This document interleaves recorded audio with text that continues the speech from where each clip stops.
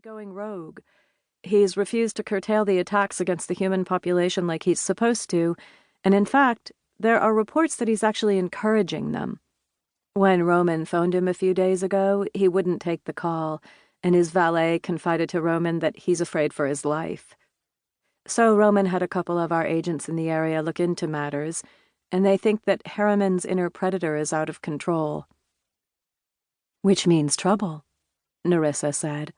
I nodded. Yes, precisely that. And it means that we have to take action as soon as we can. We don't dare let him rile up the vampire populace. The last thing we need is for him to gather an army behind him. We're still trying to convince a lot of the old-school vamps that they're better off following our way, even though they answer to blood wine. There's a lot of dissent, especially over on the continent. The old-school vampires of the Vampire Nation had resisted Bloodwine's decree, which severely curtailed which humans that vamps could drink from and how much blood they could take at one time. We weren't exactly fighting an uphill battle, but it wasn't easy. And we had been forced to put down a number of the vamps who had outright refused. Uh-oh, Nerissa said. Are you afraid he's going to start a civil war? I'm not sure, but Bloodwine's afraid of that. And with her experience, if she's worried a civil war might happen, then we all should be on the alert.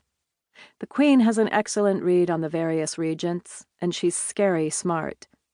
And a vampire civil war would be hell on anybody else living in the area. Nerissa sighed. So you think she'll really take him out?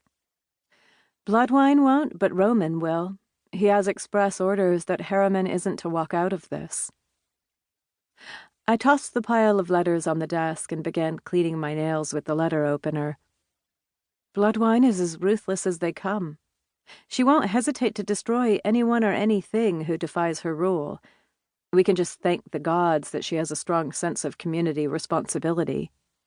I don't know how she's managed to keep her inner predator under control for as long as she has, but I'm just grateful that she has it in check. I suppose we better start going through some of your mail. Nerissa looked about as excited as I felt. She was qualified for so much more, but the fact that we were married, not only to each other but also to Roman, Prince of the Vampire Nation, meant that neither of us were allowed out in public without a retinue. Our lives had changed drastically over the past 6 months, and I had a suspicion that she was as uncomfortable as I was with a number of those changes. I stared at the stack of envelopes in front of me. I hate this shit. So do I, but apparently it's part of our responsibility, and so we have to do it. She gave me a steady look. I love you, Meneley. You know that. I love you more than I've ever loved anybody. But if I had known what it would mean for our lives when we married Roman, I would have thought twice. I'll follow you anywhere, but you need to know that I'm feeling terribly claustrophobic living here. And living with a bunch of vampires isn't exactly my idea of happy, happy, joy, joy. I pressed my lips together for a moment. Her comments stung, but at least she was honest.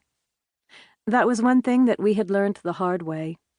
Communication was vital if our relationship was to survive. Honesty suited us both, regardless of whether it caused pain. Setting down the letter opener, I turned to her.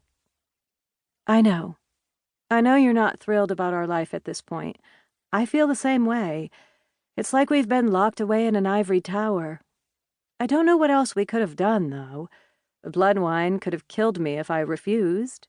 At least Roman's a good sort.